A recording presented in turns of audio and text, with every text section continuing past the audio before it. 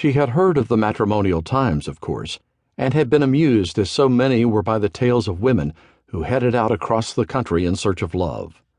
So many had ended in utter disaster, the lurid encounters of bandits and savage Indians all too common. But many women seemed to have found some level of contentment, if the more romantic stories were to be believed. She read some of the advertisements, purely from curiosity. She doubted anybody of her upbringing would either be advertising or considering replying to such a thing.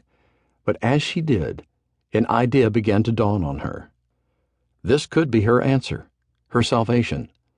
Something so delightfully simple, so fundamentally straightforward as this, could be her means of escape.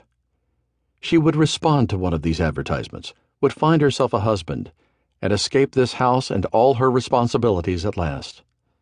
She knew there were risks, knew it would be unlikely she would find true love waiting for her in the wilds of the West, but she would at least find freedom, and right now, that was all she craved. Amelia began rereading the advertisements much more closely, looking for the clues she hoped would be there to help her find a man she could trust, maybe even love one day. So many of them were badly written, clearly by men with little education and a very definite idea of how they wanted their wives to behave. She was determined not to escape one form of slavery for another. She knew she was expecting a lot, especially from a marriage she was looking for in a newspaper, but even still, she was not prepared to accept a life no better than the one she already had. She began to despair until right at the very foot of the page, she found the one she knew. She did not know why, but she knew this was the man for her.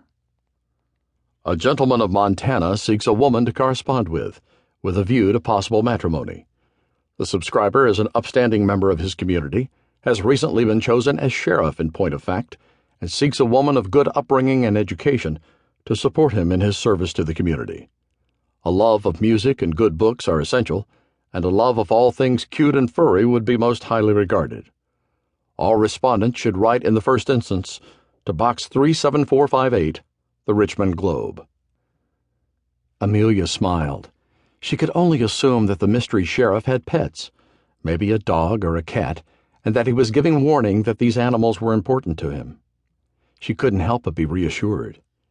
Any man who could care for animals and the weal of his fellow townspeople must be a good man. That he wanted a wife with education and passion for literature and music told her they would have much to talk of, and she hoped those interests could be the basis of something truly special. She jumped up and almost ran to her portable desk, opening it and taking out paper and a pen. Dipping it in the ink, she sat and began to write hastily, blotting the pages and stuffing them into an envelope to deliver to the newspaper offices the very next day.